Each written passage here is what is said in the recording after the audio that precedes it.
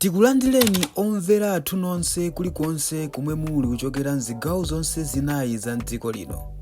Dziwani kuti ife Dreams Media timakunyadirani kwambiri chifukwa munapanga chisankho chotsatira ife kuti tizikupatsirani zonse zomwe zikuchitika mdziko muno. Ichi ndi chithunzi cha mzibambo wa ku South Africa amene wathiridwa mafuta otentha ndi chibwenzi chake.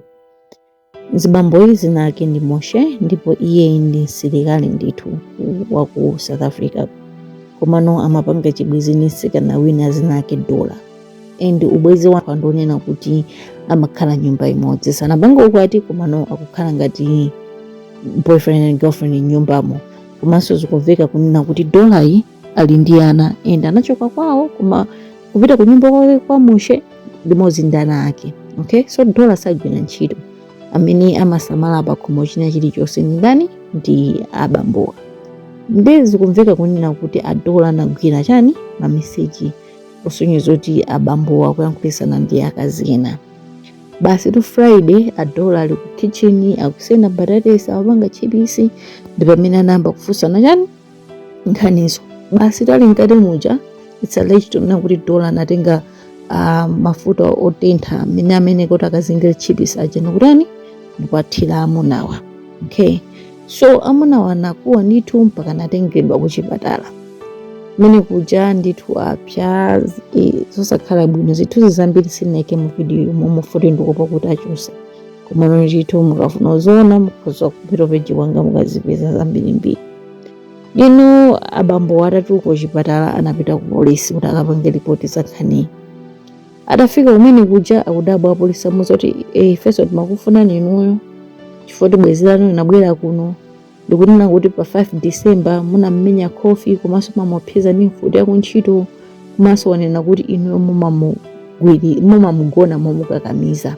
Okay, so zinapezeka kunena kuti akuti Dola amanena kuti iye anali busy kupanga TPC ndipo pamene abambo anali alezera akuti anatani anamba kummenya ndi mina natani anapangira report ku polisi.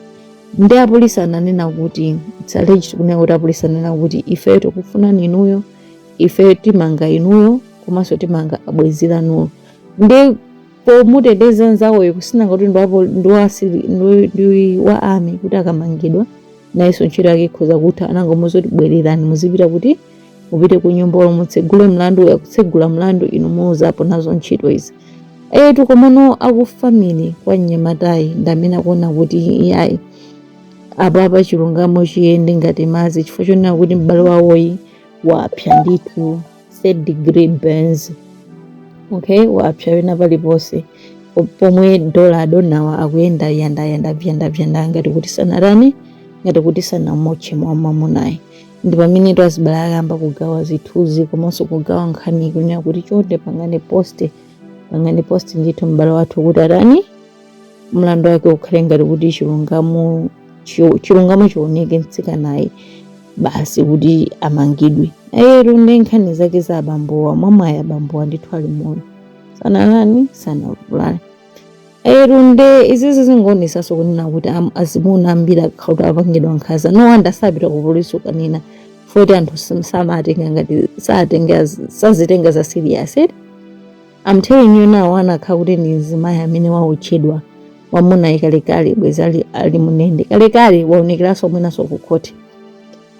Ndi nkhani zake abale ngati zikuenda mu relationship tiyeni tizibwererani ku nyumba basi kusiyana kuti basi tiyambe kuphana kupanga ziganizo munthu utakwiya iyayi sizabwino ndithu. Tonani mwana inu wake choncho anakhona mapanga chibwenzi komano mpaka zinafika potero poti mwaotche choncho iyayi sizabwino.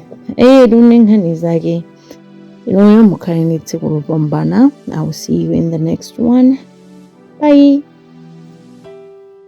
Tikuyamikeni komanso kuthokozani popanga chisankho chokhala pamenepa kumvetsera komanso kuonera zomwe takubweretserani. Chomwe tingakupempheni choti ngati muli alendo pamudzi pano tapangani subscribe chifukwa mukatero inu ndife tidzendera limodzi kuyambira lero mpaka na masiku omwe akubwera kusogoloko.